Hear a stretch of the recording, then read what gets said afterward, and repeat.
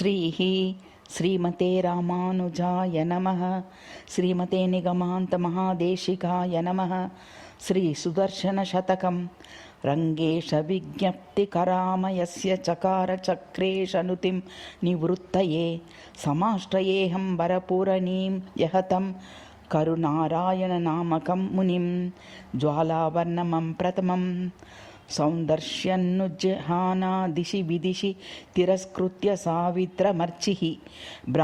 ब्राह्मान्धकाराक्षत जगदगतङ्कार भूम्ना स्वधाम्ना दोः खर्जूदूरगर्ज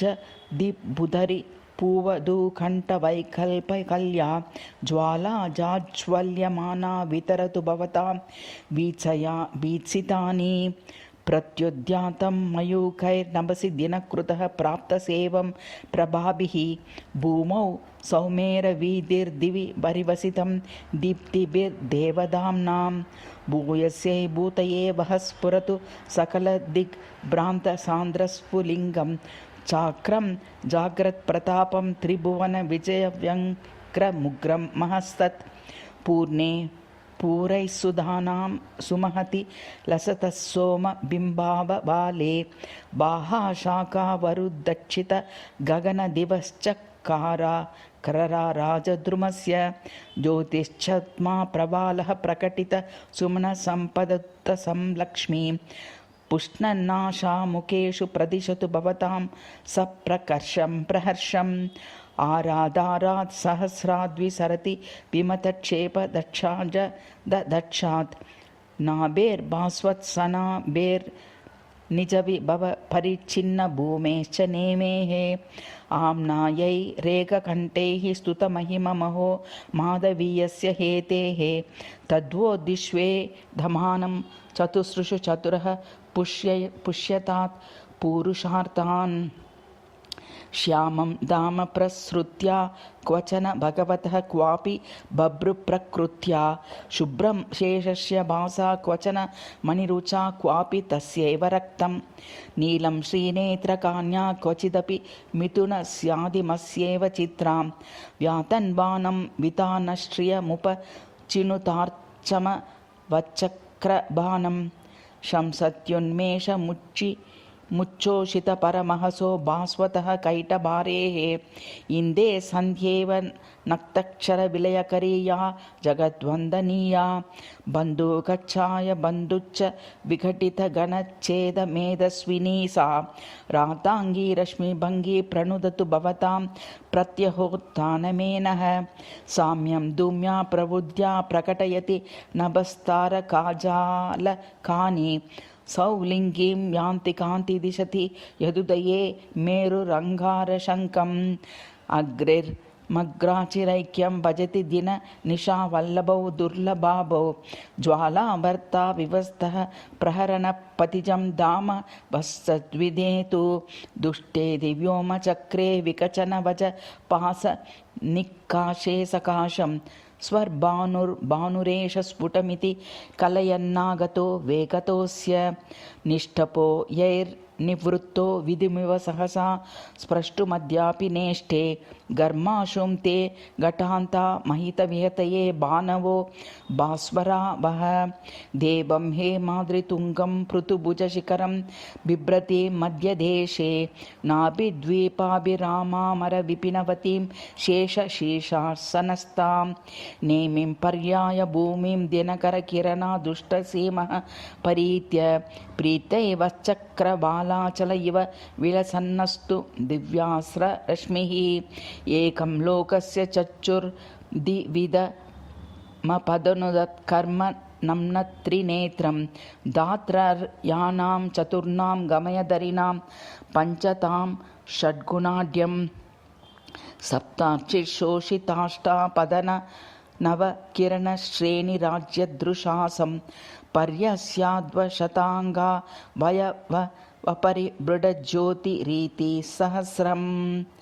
उच्चण्डे यच्चिकण्डे निबिडयति नभः क्रोडमर्कोटतिद्याम् अभ्यस्य प्रौढतापग्लपितवपुरपो बिभ्रतीरभ्रपङ्कीः दत्ते शुष्यत्सुधात्सो विदुरमधुनः चौद्रकोशस्य सायं रक्षन् वस्त्रप्रभोस्ते रचित सुचरितयुष्टयो गुष्टयो वः पद्मौघो दीर्घिकाम्बस्य वनिधरतटे गैरिकाम्बुप्रपातः सिन्दूरं कुञ्जराणां दिशि दिशि गगने सान्द्यमेघप्रबन्धः पारावारे प्रवालो वनभुवि च तथा प्रेक्ष्यमाणः प्रमुग्धैः साधिष्टम्भः प्रमोदं जनयतु धनुजद्वेषिण स्त्वैषराशिः बाणो बाणो त्वदीयां स्फुरति कुमुदिनीमित्र ते कुत्र तेजः ताराहस्तारा दधीरोऽस्य नल न भवतः स्वैरमैरं पदार्चिः शंसन्तीर्थं नभस्ता यदुदयसमये चक्रराजांशवस्ते युष्माकं प्रौढताप प्रभव भवगदापक्रमाय क्रमान्तं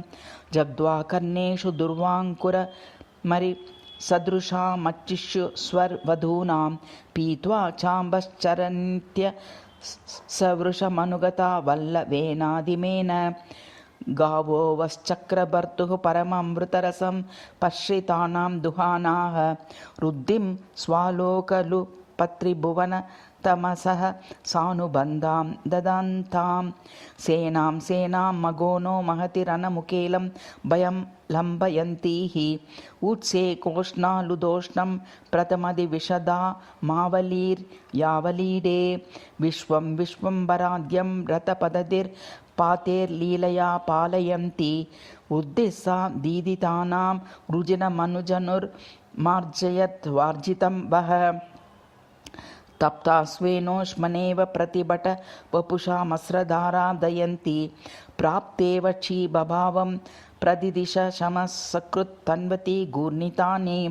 वंशास्ति स्फोटशब्दं प्रकटयति पट्टून् या वहन्त्यट्टहासान् भासावह स्यन्दनाङ्ग प्रभुसमुदयिनी स्पन्दतां चिन्तिताय देवैरासेव्यमानो दनुजभट भुजादण्डदर्पोष्मतप्तैः आशारोधोतिलङ्गी लुटटुगपटलीलक्ष्य डिण्डीरपिण्डः ऋग्ज्वालातरङ्गत्रुटितरि पृतरुव्रातपातोग्रमाग्रह चाक्रो वश्चोच्चिरोगशमयतु दुरितापह्नवं दाववह्निं भ्राम्यन्तीं संश्रितानां भ्रमशमनकरी चन्न सूर्यप्रकाशा सूर्यालोकानुरूपा रिपुहृदय तमस्कारिणी निस्तमस्का धारासम्पातिनी च प्रकटितदहना दीप्तिरस्रेषितुर्वः चित्रा भद्राय विद्रावित विमतजना जायतामायताय निन्येवन्येव काशीदवशिखि जटिल ज्योतिषा येन दाहं कृत्या वृत्त्या विलिल्ये शलभ सुलभया यत्र चित्रप्रभावे रुद्रोऽभ्यद्रेद्दुर्हित्रा सह गहनगुहां यद्व्यायासीत् दिश्याद्विश्चार्चितो वरस्सु शुभमणिभृतं शौरिहेति प्रतापः उद्यन्बिम्बादुदारान्नयनजलहिमं मार्जयन् निर्झरीणाम् अज्ञानध्वान्तमूर्छा करजनिरजनी भञ्जनव्यञ्जिताध्वा न्युक्तर्वाणो गृहाणां स्फुरनमपहरन्न शीर्षः पावकीयाः चक्रे शार्कप्रकाशो दिशतु दश दिशो व्यश्रुवाणं यशोवः वर्गस्य स्वर्गधाम्नामपि धनुजनुषां विग्रहं निग्रहीतुं दातुं सद्यो बलानां श्रियमतिशयिनीं पत्रभङ्गानुवृत्त्या योक्तुं ते दीप्यते या युगपदपि पुरोभूतिमय्या प्रकृत्या सावो नुद्यादविद्यां द्युतिरमृतरसं स्यन्दिनी स्यान्दनाङ्गी दाहं दाहं सपत्रान् समरभुवि लसद् भस्मना वर्त्मना यान् क्रव्यादप्रेतभूताद्यभिलषित पुषा प्रीतकापालिकेन कङ्कालैः कालदौतं गिरिमव कुरुते यः स्वकीर्तेर्विहर्तुं वृष्टिः सान्दृष्टिकं वः सकलमुपनयत्वायुदाग्रेसरस्य दग्धानां दानवानां सपसितनि निचयैरस्ति बिस्सर्वशुभ्रां पृथ्वीं कृत्वापि भूयो नवरुधिरज्जरी कौतुकं कौनपेभ्यः कुर्वाणं बाष्पपूरैः कुचतटगुसृणक्षालनैस्तदूनां पापं पापच्यमानं शमयतु भवतां शस्त्रराजस्य तेजः मागान्मोषं ललाटानलयिति मदनद्वेषिणा ध्यायतेव स्रष्टा पौनिद्रवासाम्बुजदलपटलत्लोषमुत्पश्यतेव वज्रागिर्मा स्म नाशं व्रजदिति चकितेनैव शक्रेण बद्धैः स्तोत्रैश्चैवरस्य द्युतदुरितशतं द्योतमाना दुतिर्वः अथ नेमिवर्णनं द्वितीयं शस्त्रास्त्रं शात्रवानां शलभकुलमिव ज्वालया लेलिहाना घोषैः स्वैः चोभयन्ती विकटितभगवद्योगनिद्रान् समुद्रान् व्यूढोरः प्रौढचारत्रुटितपटुरटत्कीकसच्छुन्नदेत्या नेमि सौदर्शिनी वः श्रियमतिशायिनीं दाशता दाशदाब्दं दाराचक्रस्य तारागणकणवितति द्योतित्युप्रचारा पारावाराम्बुरक्वथन पिशुनितोत्तालपातालयात्रा गोत्राद्रिस्फोटशब्दप्रकटित तव सुधामण्डली चण्डयाना पन्तानम्बः प्रतिशयत् प्रशमनकुशला प्राप्ननामात्ममीनं यात्रायात्रातलोका प्रकटितवरुणत्रास मुद्रे समुद्रे सत्वा सत्वा सहोष्मा कृतसगरुदगस्पन्ददाना ददाना हानिं हानिन्दितानां जगति परिषदां दानवीनां नवीनां चक्रे चक्रे शनमिषमुपहरतु सा सप्रभावप्रभावा यत्रामित्रान् दिदक्षो प्रविशति बलिनो धाम निस्सीमधाम्नि ग्रस्तापस्तापशीर्णैः प्रगुणितसख्यतो मौक्तिकैष चौक्तिकेयैः राशिर्वारामपारं प्रकटयति पुनैर्वैरिदाराश्रुपूरैः वृद्धिं निर्याति निर्यापयतु स दुरितान्यस्र राजप्रदिर्वः कक्ष्यातौल्येन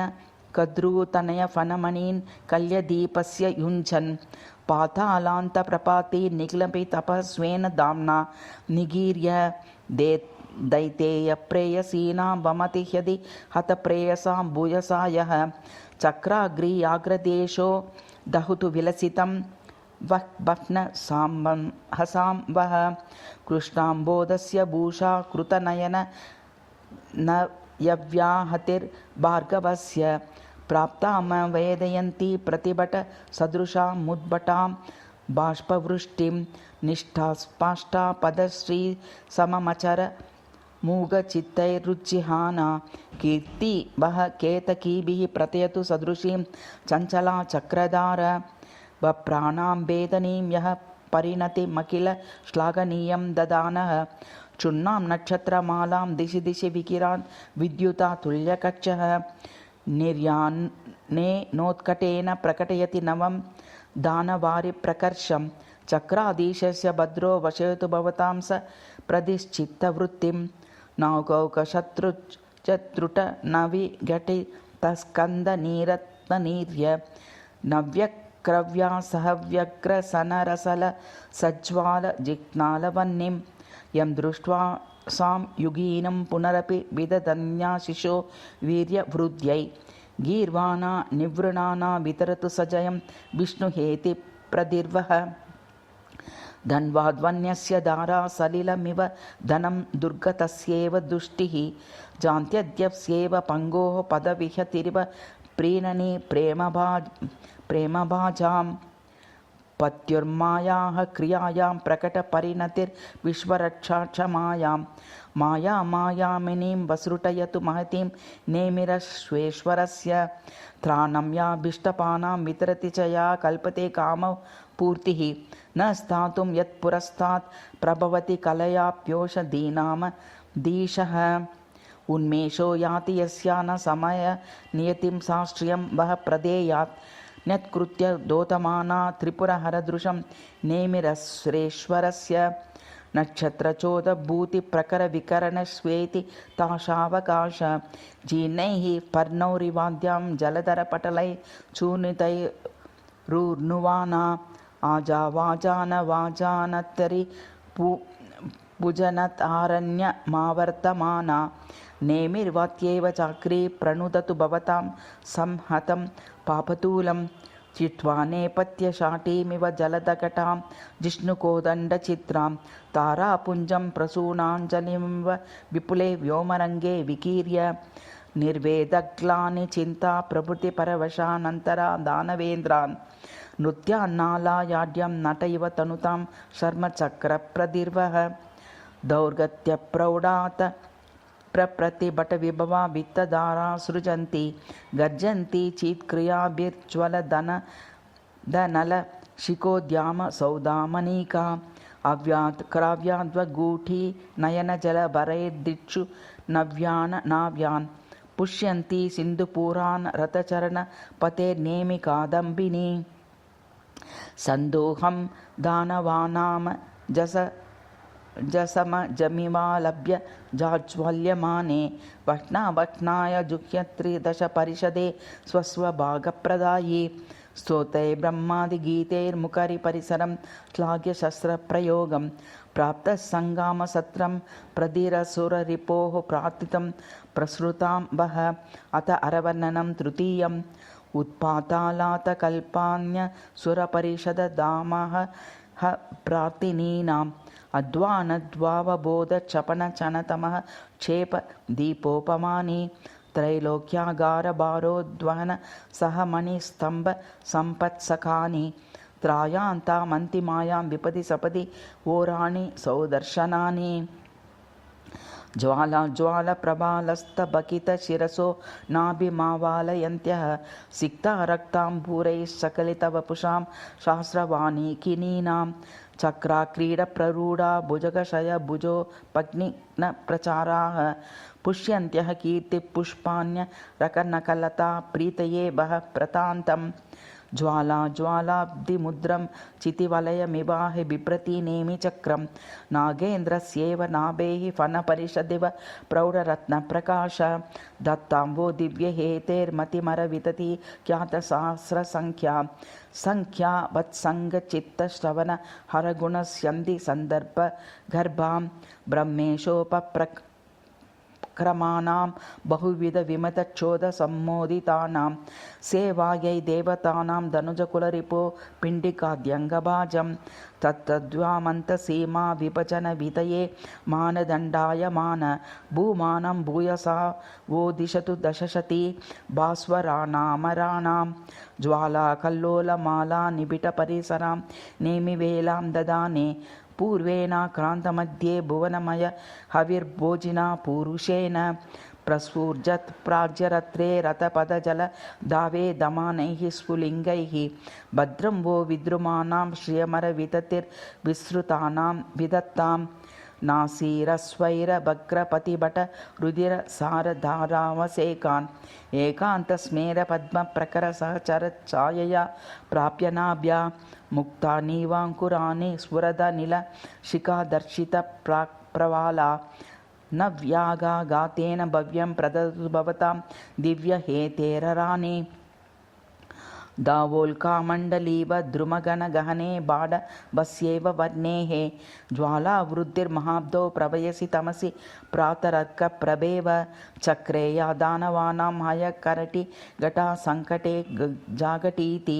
प्राज्यं सा वः प्रदेयात् पदमरपरिषत् पद्मनाभायुधस्य ताप्ता दैत्यप्रतापातपसमुपचितात् त्रायमानं त्रिलोकीं लोलैर्ज्वालाकलापैः प्रकटयदभित चीनपट्टाञ्जलानि छत्राकारं शलाका इव कनककृता शौरिदोर्दण्डलग्रं भूयासुर्भूषयन्त्यो रथचरणमरस्फूर्तय कीर्तये वः नाभीशालानिकातां नहनसमुचितां भैर्लक्ष्मीवशानां संयद्वारिहतानां समनुविदधति काञ्चना लानपङ्क्तिं राज्या च प्राच्य दैत्यव्रजविजयमहोत्तम्बितानां भुजानां तुल्या चक्रामाला तुलयतु भवतां तूलवच्चत्रुलोकम्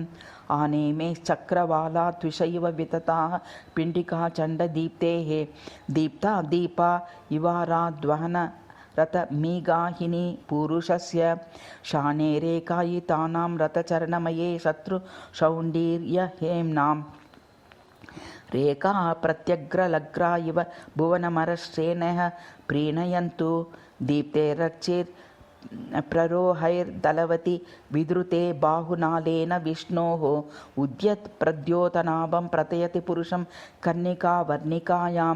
चूडालं वेदमौलिं कलयति कमले चक्रनाम्नो पलक्ष्ये लक्ष्मीं स्वारामरणि प्रति विदधतु यवः केसर श्रीकराणि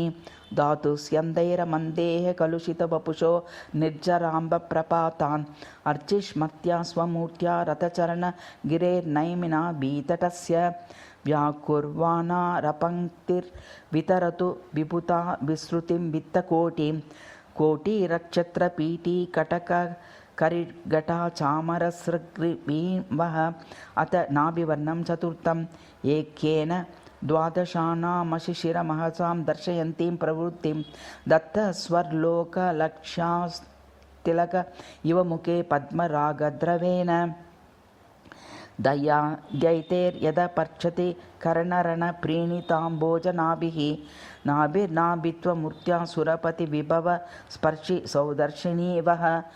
शस्त्रस्यामे शताङ्गक्षितिभुति तरलैरुत्तरङ्गे तुरङ्गैः त्वङ्गन्मातङ्गनङ्के कुपितभटमुखच्छाय मुग्धप्रवाले अस्तोकं प्रसृवाणा प्रतिभटजलदौ पाटवं बाडभस्य श्रेयो त्वं संविदत्तां श्रितदुरितहरा श्रीधरास्रस्य नाभिः ज्वालाचूडालकालानलचलन समाडम्बरा साम्परायं यासावासाद्यमाद्यसुरसुभट भुजास्फोटकोलाहलाढ्यं दैत्यारण्यं दहन्तीं विरचयति यशोभूतिशुभ्रां दरित्रीं सा वश्चक्रस्य नक्रस्य मृदितगजत्रायिनी नाभिरव्यात् विन्दन्ती सान्ध्यमर्चिर्विदलितवपुषः प्रत्यनीकस्य रक्तैः स्वायन्नक्षत्रराशिर्दिशि दिशि कनशः कीकसैः कीर्यमानैः नागौघः पक्ष्मलाक्ष्मी नवमदः सितच्छायाया चन्द्रपादान् राताङ्गी विसृतना रचयतु कुशलं पिण्डिकायामिनीवः निसीमं निःसृताया भुजधरणिधरा घाटतः कैटभारेः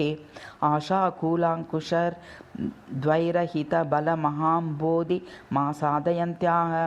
चक्रज्वालापगायाश्चलधरलहरी मालिकादन्तुरायाः बिभ्रत्यावर्तभावं भ्रमयतु भुवने पिण्डिका वः प्रशस्तिं प्राणो कृत्वाहवाग्रे प्रतिभटविजयो पार्जितं वीरलक्ष्मीम् आनीतायास्ततोभ्याः स्वसविदमसुरद्वेषिणा पुरुषेण प्रासादं वासहेतोर्विरचितमरुणै रश्मिभिः सूचयन्ति नाभिर्वो निर्मिमीतां रथचरणपते निवृत्तिं निर्विघातां डिण्डेरा पाण्डुगण्डैरयुवतिमुखैः पिण्डिका कृष्णहेतेः उच्चण्डा शुभ्रवर्षैरुपरततिलकैरुत्तशाण्डिर्यचर्या द्वित्रग्रामाधिपत्यद्रुहिणमदमशीदूषिताक्ष क्षमाभृत् सेवा हेवाकपाकं शमयतु भवतां कर्म शर्म प्रतीपं पर्याप्तामुन्नन्ति या प्रतयति कमलं या तिरो भाव्यभाति सृष्टसृष्टेदवीर्यः कुवलयमहितं या बिभर्ति स्वरूपं भूम्ना स्वेनान्तरिक्षं कवलयति च यसा विचित्रा विदत्तां दैतेयारातिनाभिर्द्रविणपतिपदद्वेषिणीं सम्पदं वः वाणी वाङ्गे चतुर्भिः सदसि सुमनसां द्योतमानस्वरूपा वाह्यान्तस्था मुरारेरभिमतमिखिलं श्रीरिव स्पर्शयन्ती दुर्गे वोग्राकृतिर्या त्रिभुवनजननस्तेमसंहारदुर्या मर्यादालङ्घनं वः चपयतु महती हेतिवर्यस्य नाभिः स्रग्भिः सन्ता न जाभिर्मधुरसस्यन्द सन्दोहिनीभिः पाटीरैः प्रौढछन्दाद्रपचयसुषमालोपनैर्लेपनैश्च धूपैः कालागरूणामपि सुरसुदृशो विस्रमर्चासु यस्याः गन्धं रुन्दन्ति सा वश्चिरमसुरभिदो नाभिरव्यादभव्यात् अंहः संहत्य दग्ध्वा प्रतिजनिजनितं प्रौढ संसारवन्त्या दूराद्वन्यान् महति विनतिभिर्धामनि स्थापयन्ति विश्रान्तिं शाश्वतीं या नैति रमयतां चक्रराजस्य नाभिः संयन्मो मुख्यमानत्रिदशरि पुदशा साक्षिणी वः अत अक्षवर्णनं पञ्चमं श्रुत्वा यन्नाम शब्दं श्रुतिपथकटुकं देवनक्रीडनेषु स्वैरिस्वैरवत्यो भयविवशदियः कातरन्त्यस्तशाराः मन्दाक्षां यान्त्यमन्दं प्रतियुवतिमुखैर्दर्शितोत्प्रासदर्पैः अक्षं सौदर्शनं तच्छपयतु भवता मेधमानां दनायाम् व्यस्तस्कन्दं विशीर्णप्रसवपरिकरं प्रत्तपत्रोपमर्दं संयद्वर्षासु तर्षा तुरकगपरिषत् पीतरक्तोदकासु अक्षं रक्षस्तरूणामशनिवद शनैरापतन्मूर्ध्नि स्थादस्रादिशितुर्वः स्तबकतियाशासे द्वेषिणां प्लवशनाय दीक्षां सङ्ग्रामसत्रे महति कृतवतो दीप्तिभिः संहताभिः जिह्नाले सप्तजिह्ने धनुजकुलहविर्जुह्नतो नेमिजुह्ना वैकुण्ठास्रस्य कुण्डं महदिव विलसत्पिण्डिकावेदि मध्ये दिश्या दिव्या द्विदेशं पदमिह भवतामक्षतोन्मेषमक्षं तुङ्गाहोराद्रिशृङ्गाद्रुणजविजैनः स्पष्टदानोद्यमानां शत्रुस्तम्भेरमाणां शिरसि निपततः स्रस्तु मुक्तास्तिपुञ्जे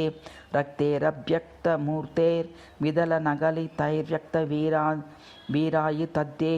हर्यक्षस्यारभङ्गं जनयतु जगतामीडितं क्रीडितं वः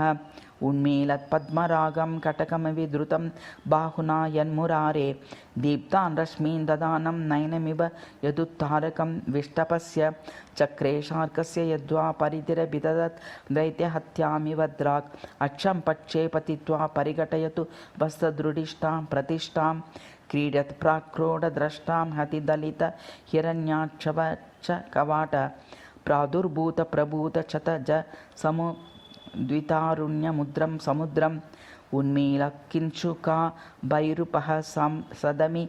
तैरं शुभि संशदीम्नम् अक्षं चक्रस्य दत्तामकशतशमनं दाशुषीं शेमुषीं वः पद्मोल्लासपद्रं यज्जनयति जगति मेधमानप्रबोधाम् यस्य छाया समाना लसति परिसरे रोहिणी तारकाज्ञा नानाहेत्युन्नतत्वं प्रकटयति च यत् प्राप्त कृष्णप्रयाणं त्रेधा भिन्नस्य धाम्नः समुदय इव तत्पातु वश्चाक्रमक्षं चोभिर्पद्मरागद्रव समसुषमैशोभमानावकाशं प्रत्यग्राशोकरागप्रतिभटवपुषा भूषितं भूरुषेण अन्तःस्वच्छन्दमग्रो स्थित भृगुतनयं क्षत्रियाणां चतानाम् आरब्धं शोणितोगैस्सर इव भवतो दिव्यहेत्यक्षमव्यात् मत्तानामिन्द्रियाणां कृतविषयमहाकाननक्रीडनानां सृष्टं चक्रेश्चरेण ग्रहणदिशनया वारिवद्वारणानां गम्भीरं यन्त्रगर्तं कमपि कृतधियो मन्वते यत्प्रदेयात् अस्तूलां संविदं वस्रिजगदभिमतस्थूललक्ष्यं तदक्षं प्राणादीन् सन्नियम्य प्रणिहितमनसां योगिनामान्तरङ्गे तुङ्गं सङ्कोचरूपं विरचित दहकारश्च कृच्चासिकेन प्राप्तं यत्पूरुषेण स्वमहिम सदृशं धाम कामप्रदं वः भूयात् तद्भूर्भुवस्वस्य पुष्कराचायुधाक्षं विन्द्वा विघ्नेन धाम्ना चरणनखभुवा बद्धवासस्य मध्ये चक्राध्यक्षस्य बिभ्रत् परिहसित जपा पुष्पकोशान् प्रकाशान् शुभ्रैरभ्रैरदभ्रैः शरदि तत इतो व्योम विभ्राजमानं प्रातस्यादित्यरोचिस्ततमिव भवतः पातु राताङ्गमक्षं श्रीवाणी वाग्मृडात्यो विदधति भजनं शक्तयो यस्य दिक्षु प्राहव्यूहं यदाद्यं प्रथममपि गुणं भारती पाञ्चरात्रि घोरां शान्तां च मूर्तिं प्रथयति पुरुषः प्राक्तनः प्रार्थनाभिः भक्तानां यस्य मध्ये दिशतु तदनगामक्षमध्यक्षतां वः रक्षपक्षेन रक्षच्छतममरगणं लक्ष्यवैलक्ष्यमाजौ लक्ष्मीयमानां बलमतनभुजे वज्रशिक्षाणपेक्षे निक्षिप्य क्षिप्रमध्यक्षयति जगति यद्दच्छतां दिव्यहेतेः अक्षामामक्षमां तच्छपयतु भवतामक्षजिल्लाक्षमक्षम् अथ पुरुषवर्णनं स्पष्टं ज्योतिश्चूडालमौलिश्रीनयनवदन षोडशोत्तुङ्गबाहुः प्रत्यालीडेन तिष्ठन् प्रणवशधराधार षट्कोणवर्ती निसीमेन स्वधाम्ना निखिलमपि जगत् क्षेमवन्निर्मनाः भूयासौ दर्शनो वः प्रतिभटपुरुषः पौरुषाय वाणी पौराणिकी यं प्रतयति महितं प्रेक्षणं कैटभारेः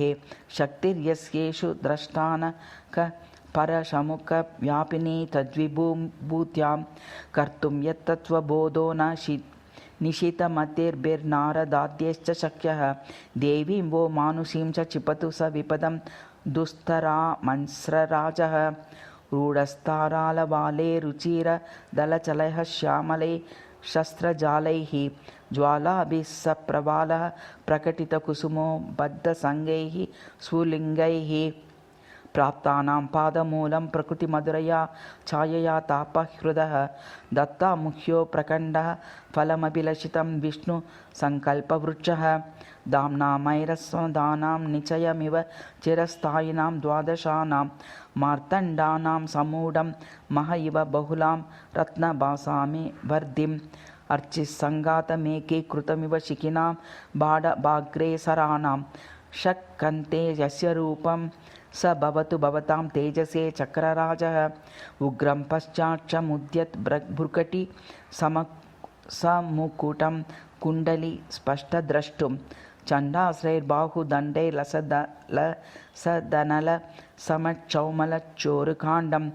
प्रत्यालीडस्थपादं प्रतयतु भवतां प्रालनव्यग्रमग्रे चक्रे शोकालकाले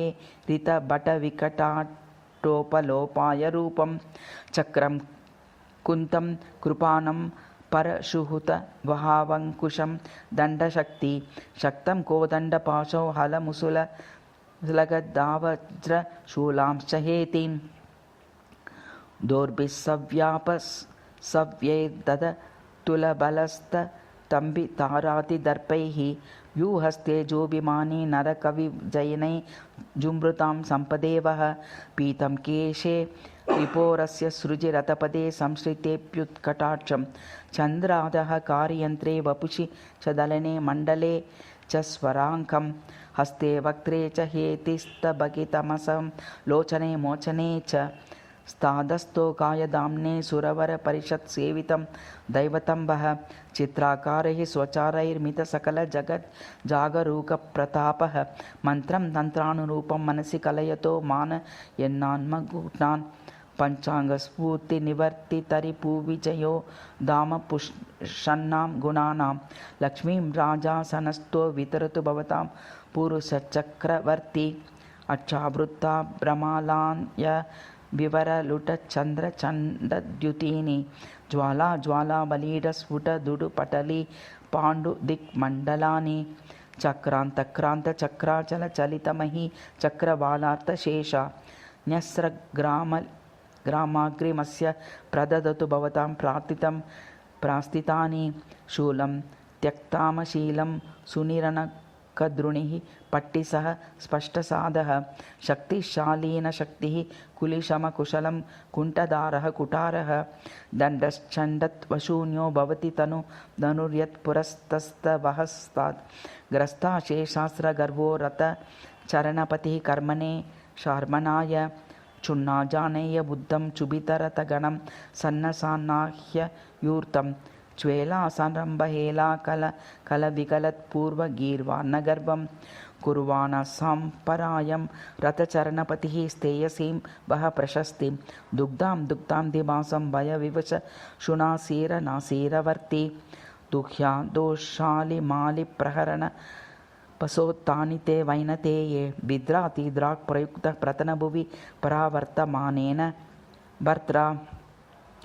निर्जित्य प्रत्यनीकं निरवधिकचर द्वास्त्रिकाश्वीरयत्यं पत्यं विश्वस्य दाश्वान् प्रतयतु भवतो हेतृन्द्राणुजस्य नन्दिन्यानन्दशून्ये गलति गणपतौ व्याकुले बाहुले ये चाण्डे चाकित्यकण्ठे प्रमथपरिषदि प्राप्तवत्यां प्रमातम् उच्चिच्याद्यो बलिष्ठं बलिजभुजवनं यो ददावादिमिच्छोः भिक्षां तत्प्राणरूपां स भवदकुशलं कृष्णयेदिः चिनोतु रक्तोदाम्यक्तुमुक्ताफललुलिततलद्वीचिवृद्धौ महाब्धौ सन्ध्यासम्बद्धताराजलधर शबलाकाशनी काशकान्तौ गम्भीरारम्भ ब्रह्मंबश्चर मसुरकुलं वेदविघ्नं विनिघ्नन् निर्विघ्नं वह प्रसूतां व्यपगतविपदं सम्पदं चक्रराजः काशीविप्लोषचैद्यक्षपणधरणि जध्वंस सूर्यापिधान ग्राहद्वेदात्वमालित्रुटनमुखकथावस्तु सत्कीर्तिगाथाः गीयन्ते किन्नरीभिः कनकगिरिगुहा गेहिनी बिर्यदीयाः दैतेयवरी स सकलभुवनश्लाघनीयां श्रियं वह नानावर्णान् विवृण्णन् अन्विरचितभुवनानुग्रहान् विग्रहान् यः चक्रे स्पष्टासु मुष्टासुरवरतरुणी कण्ठकस्तूरिकेषु आताराधर्णमालावदिषु वसति यः पुरुषो वसदेयात् व्यदैर्वैरुद्धूतसत्त्वैरुपहितमबहिर्ध्वान्तमध्वान्तवर्ती धार्तिं षोडशाष्टप्रभृति पृथुभुजस्फूर्तिभिर्मूर्तिभेदैः कालाद्ये चक्रषट्के प्रकटितविभः पञ्चकृत्यानुरूपम् अर्थानामार्थितानामहरहरखिलं निर्विलम्बैर्विलिम्बैः कुर्वाणो भक्तवर्गं कुशलिनमवतादायुधग्रामनिवः को सरोजैरपि कपीश गुणैश्शङ्गिरुदितशोभे श्रीवाणी पूर्विकाभिर्ददति विकसतशक्तिभिः केशवादीन् तारान्ते भूपुरादौ रथचरण गदाशार्ग खड्गाङ्गितांशे यन्त्रे तन्त्रोदिते वह स्फुरतु कृतपदं लक्ष्मी सकस्य द्रष्टां कान्या कडारे कपट कीटितनो कैटभारेरदस्तात् ऊर्ध्वं हासेन विद्वे नरहरिवपुषो मण्डले वास वीये प्राक् प्रत्यक् सान्ध्य सान्द्राक्ष बिभरभरिते व्योम्नि विद्योतमानः देतैर्योत्पातशंसी रविरिव रहयत्वस्रराजो रुजं वः कोणे क्वापि स्थितोऽपि त्रिभुवन विततश्चन्द्रधामापि रूक्षः रुक्मक्षायोऽपि कृष्णकृतिरनलमयोत् याश्रितत्राणकारी दारासारोऽपि दीप्तो दिनकरु रुचिरो पुल्लसत्तारकश्रीः चक्रे षच्चित्रभूमा वितरतु विमतत्रासनं शासनं वः शुक्लशक्र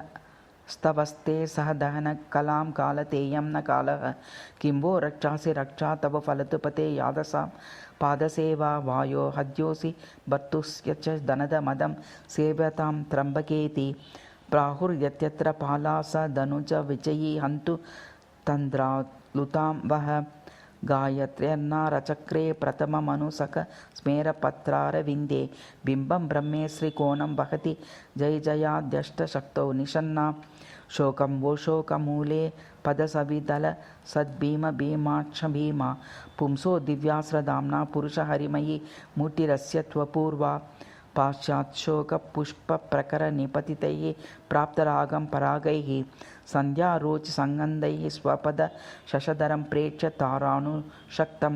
पद्मानाबद्धकोशानिव सुरनिवहैरञ्जलीन् कल्प्यमानान् चक्राधीशोऽभिनन्दन् प्रदिशतु सदृशी मुत्तमश्लोकतां वः रक्ताशोकस्य वेदस्य च निहितपदं प्राप्तशाकस्य मूले चक्रैरस्रे सदाद्यैरपि महति चतुर्द्विचर्तुर्बाहुदण्डम् आसीनं भासमानं स्थितमपि भयतस्रायतां तत्त्वमेकं पश्चात्पूर्वत्र भागे स्फुटनरहरिता मानुषं जानुषाद्वः प्राणे दत्तप्रयाग्रे मुषितदिशि दुषि त्यक्तसारे शरीरे मत्यां व्यामोहवत्यां सतमसि मनसि व्याहते व्याहते च य चक्रान्तर्वर्ति मृत्युप्रतिभयमुभयाकारचित्रं पवित्रं तेजस्तातिष्ठतां वस्रिदशकुलधनं त्रीक्षणं तीक्ष्णद्रष्टं यस्मिन् भिन्नस्य भारं विजयिनि जगतां जङ्गमस्थावराणां लक्ष्मीनारायणाख्यं मिथुनमनुभवत् युद्धरान् विहारान् आरोग्यं भूतिमायुः कृतमिह बहुना यद्यदास्ता पदम्बः तत्तत् सद्यः समस्तं दिशतु स पुरुषो दिव्यहेत्यच्छवर्ति पद्यानां तत्त्वविद्याद्युमनिगिरिशवीयङ्ग संख्याधराणाम् अर्चिष्यङ्गेषु नेम्यादिषु च परमतः पुंसि षड्विंशतेश्च सङ्गैः सौदर्शनं यः पठति कृतमिदं कूरनारायणेन स्तोत्रं निर्विष्टभोगो भजति स परमां चक्रसायुज्यलक्ष्मीम् इति श्रीसुदर्शनशतकं समाप्तम्।